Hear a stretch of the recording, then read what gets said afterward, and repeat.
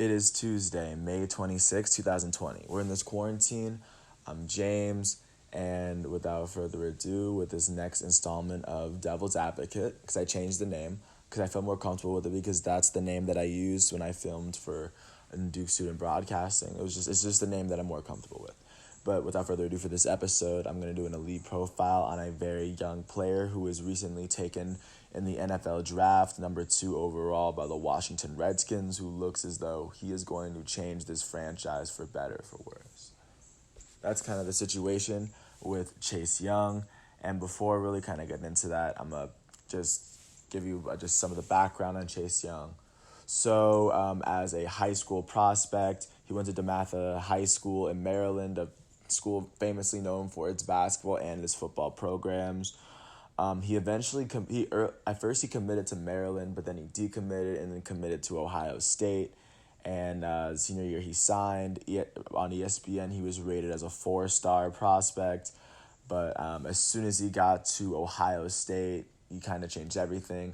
He was an All-American, and he was mostly signed because of his amazing athleticism, amazing size, and his ability to really put it all together. That's what the Ohio State coaches say. They've said that. They've been saying that throughout his career at Ohio State, and now that he's being drafted, they're looking back because he was one of the greatest Ohio State defensive linemen they've ever had. So his freshman year, he ended up playing 9 games where he'd have 3.5 sacks, 5 tackles for a loss, and a forced fumble in the games that he played. But at Ohio State, considering it's Ohio State and he was playing this much as a freshman and he was getting this many reps, getting this much experience, it really speaks to what the height of the level that he was playing, being one of college football's best young players. But of course, he hadn't proven himself yet. Sophomore year, he was finally the starter, taking over for Nick Bosa, or taking up the other side of the line from Nick Bosa. And that season, he played 13 games where he had 14.5 tackles for loss, 10.5 sacks on the season, and a forced fumble yet again. At this point, people are starting to recognize him as definitely a first-round talent at Ohio State who's playing this well, this consistently as a sophomore, getting in the back, making tackles, and giving quarterbacks quite literally no time to throw. And then his junior year is when he just popped off.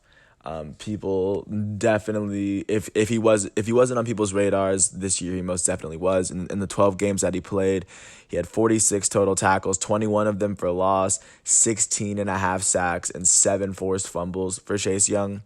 And there's not really much more to speak on that, but he was the most dominant defensive player in all of football. I know he won some awards for that.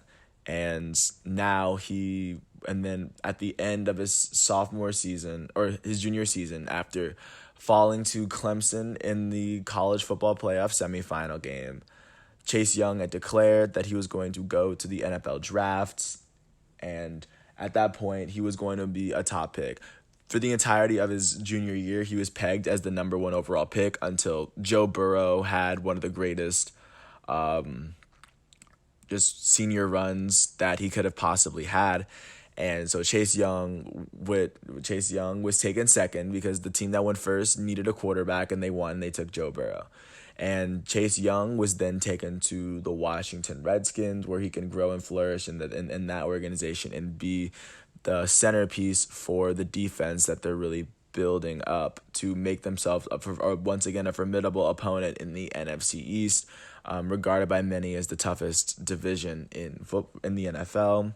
But I really, really like what Chase Young is going to do there in Washington. He is going to give Dak Prescott, Carson Wentz, and Daniel Jones a lot of trouble in the backfield. Chase Young is he's definitely not someone to be messed with. He's 6'5", 264 pounds. He's incredibly fast. He is incredibly athletic. He's very strong. He's very smart. He knows how to use intimidation to his advantage. He knows that a lot of offensive linemen they're worried about what he can do in the pass game and his disruptive ability. So he's able to get into people's heads. I like to call him the Predator because he has all that hair and he's so unstoppable, but I like what Washington's gonna do with him now. I like how they're gonna slide him in at the defensive. They're probably gonna slide him in at defensive end across from Ryan Kerrigan, and they have the young Jonathan Allen and Deron Payne inside. They have the veteran Thomas Davis, who was a Walter Payton Man of the Year with Bostic, and Reuben Foster at the linebacker. Reuben Foster pretty young. They have Kendall Fuller and Fabian Moreau at the corners, and they have young Troy Apke and young Landon Collins running that safety. I like the young. I like the way the Redskins are rebuilding. I like the Dwayne Haskins pick from last year. Now they just need to draft a little bit more, get some more talent on the offensive side, and they'll be set. But I really, really like how Chase Young is going to fit in this Washington Redskins defense. He's a player just like Nick Bosa. I think he's a better all-around player than Nick Bosa. I wouldn't be surprised if his rookie year is better than Nick Bosa's this past year. Nick Bosa had an amazing year. For Chase Young, I don't really know who his real comp would be. The closest player I've seen to him is Myles Garrett, and Myles Garrett is slowly and surely becoming one of the best defensive ends in college football. So that's kind of my comparison for Chase Young. Cause I'm kind of young. I didn't really get to see how a lot of the old defensive ends really played, but that's just based off what I've seen. But Chase Young, don't be surprised if he gets 10 to 12 sacks this season. He'll get a good amount of tackles in the backfield, and he will put the Washington Redskins on the map just by his presence there alone. There's really not much else to say, but because they do play in the same conference as the Cowboys, as the Giants, as the Eagles, and I think they are playing the Bengals. So the number one pick is going to play the number 2 pick this year. So if you ever do get a chance to watch Chase Young, because even if you didn't watch him at Ohio State, I can promise you that his best years are ahead of him. It's going to take him some time to get used to these NFL offensive lines.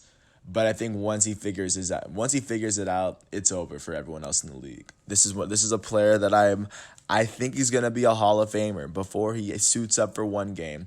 If he doesn't get seriously injured throughout his career, he's definitely a player that can become a Hall of Famer. And he's a player that you can kind of see it from now, and you really appreciate everything that is taken for him to get to this point right there. So that's why I think Chase Young is elite in that aspect. And with that, I'm going to sign off. Have a great day. Thanks for listening. Peace.